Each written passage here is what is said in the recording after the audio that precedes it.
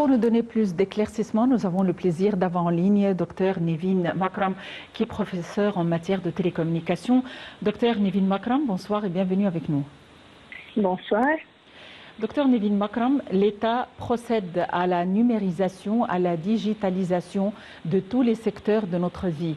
On aimerait passer en revue tout spécialement le secteur médical. Comment est-ce que ceci va s'appliquer sur le secteur médical? Au début, on veut mettre une définition un peu plus simple pour la transformation digitale, parce que surtout dans le secteur médical, on parle de la facilitation de l'accessibilité aux services médicaux. Alors, on essaye de passer du physique vers le numérique. En même temps, on veut améliorer, grâce aux outils qu'on utilise, les informations qu'on peut donner aux médecins. Alors, dans notre État, dans notre pays, alors on accorde une importance pour le secteur médical, spécialement que c'est très important pour le médecin, pour le patient et pour l'hôpital.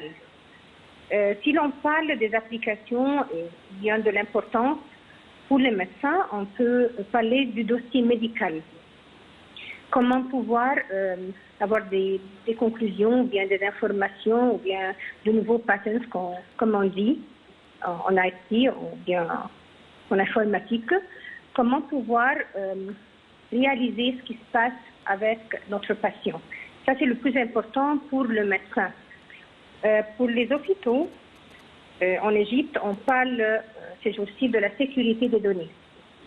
Comment sécuriser les données et en même temps rendre ces données accessibles aux médecins, surtout en cas d'urgence. Ça, c'est très important pour les médecins et c'est ce qu'on travaille là-dessus ces jours-ci. Alors, la clé ici réside dans la circulation des données, la sécurité, l'interopérabilité des systèmes. C'est ce qu'on cherche.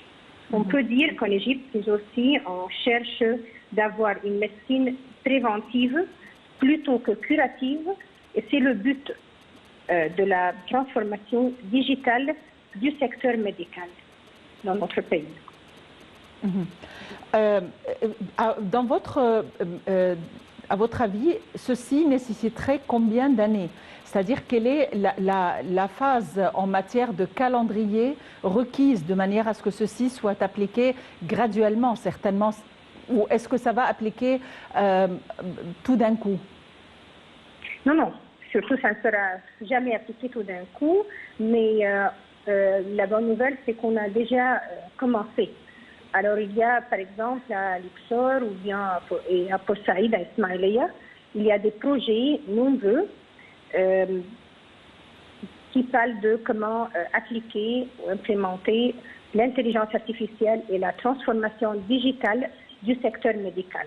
Alors, on a déjà commencé. On a commencé à avoir des bases de données qui sont beaucoup plus différentes de ce qui se passait avant. Alors, avant, on n'avait même pas de données suffisantes sur le patient, et ce qui posait un problème pour nous. Alors, parce que, par exemple, quand on essaye d'appliquer l'intelligence artificielle ou bien l'analyse des données volumineuses, tous ces outils, tous ces logiciels, on ne pouvait jamais les appliquer quand on n'a pas des données qui sont, on dit, de bonnes données.